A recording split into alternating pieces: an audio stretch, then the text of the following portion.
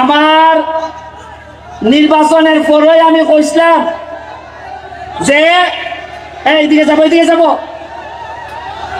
যে মাধবপুর সোনারঘাটের আপাতত আমি খালি এমপি হয়েছে, জায়গা বেচছো না আর ফুরি এখন আপাতত বিয়া দিও না, কারণ জায়গার দাম বাড়বো আমি এমপি হইবার পরে, আর ফুইরের দাম বাড়বো, বিয়া নিতে বুঝা হইলে নেওয়ার লাগবে।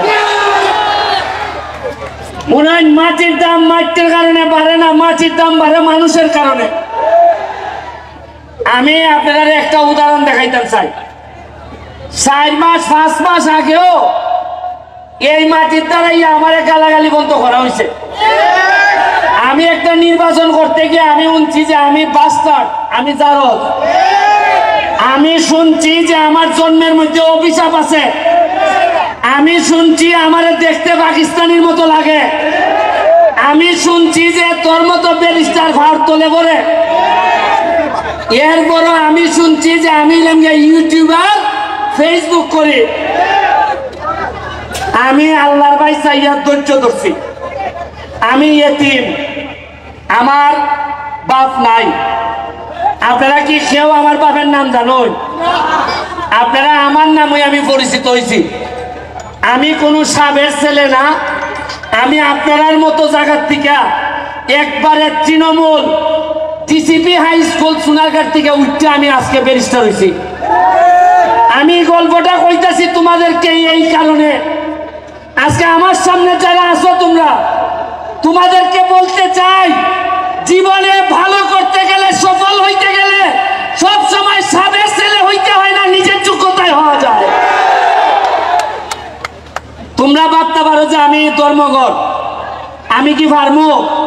এই দিকে সরো, সরো দিকে সরো।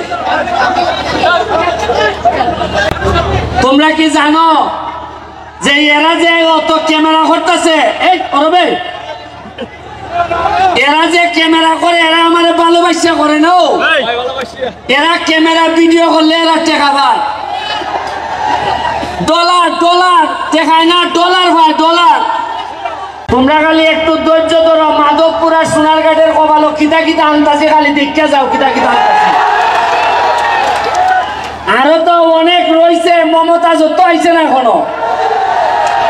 গ্রামের মানুষে বলবো তোমরা মডার্ন মডার্ন গান আনো, আমার মমতাজ গানো, তা আনন্দ লাগতো না?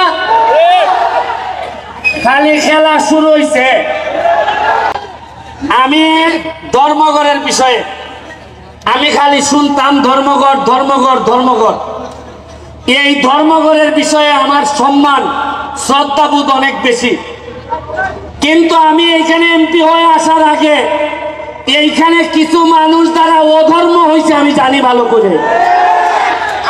আমি যতদিন এমপি আছি এই ধর্মঘটের মাটিতে আমি আমার দায়িত্ব পালন করব। কোনো অধর্ম আমার লুকি হোক, কাউকে আমি অধর্ম করতে দিব না।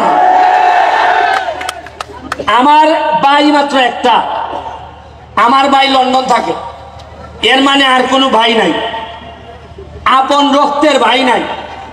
কিন্তু ধর্মঘটে আইসা আমি কিছু লোকের সন্ধান পাইছি।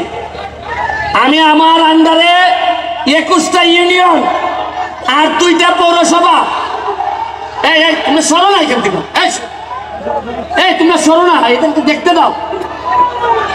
2টা পৌরসভা, প্রতিটা ইউনিয়নে আমার আদর্শের কিছু ভাই তৈরি হইতেছে। এর মধ্যে ধর্মঘট ইউনিয়নে আমার একটা এখন পর্যন্ত আমি তারে পাই নাই, হয়তো খারাপ পরে হইতেও পারে, আপনারা হয়তো আমার চেয়ে ভালো জানতেও পারেন। তবে আমার কাছে মনে হয়েছে মার পেটের না হইলো আমার একটা আদর্শের ভাই হচ্ছে গেটুটুল। ও আমার নির্বাচন থেকে শুরু করে আজকে পর্যন্ত আমারে যেভাবে সহযোগিতা করছে, আমার কাছে মনে হয় আমারে যদি মাইরা ফেলা হয়, আমি যদি হঠাৎ করে মারা যাই, আজকে যখন আমি হেলিকপ্টারে নামি, আমি স্টেডিয়ামে, আমি যখন আকাশে ছিলাম, তখন আমার কাছে মনে হয়েছে আমি যদি এখন মারা যাই তাহলে আমার মাধবপুর সোনারঘাটের কি হবে, কে এমপি হবে আমার পরে। আসলে এমপি হইলে কি পারবে? তারা কি ওই আগের মতোই মজা মারে ফজা ভাই আর আমরা খালি বইটা পাই, এরকমই হবে কিনা?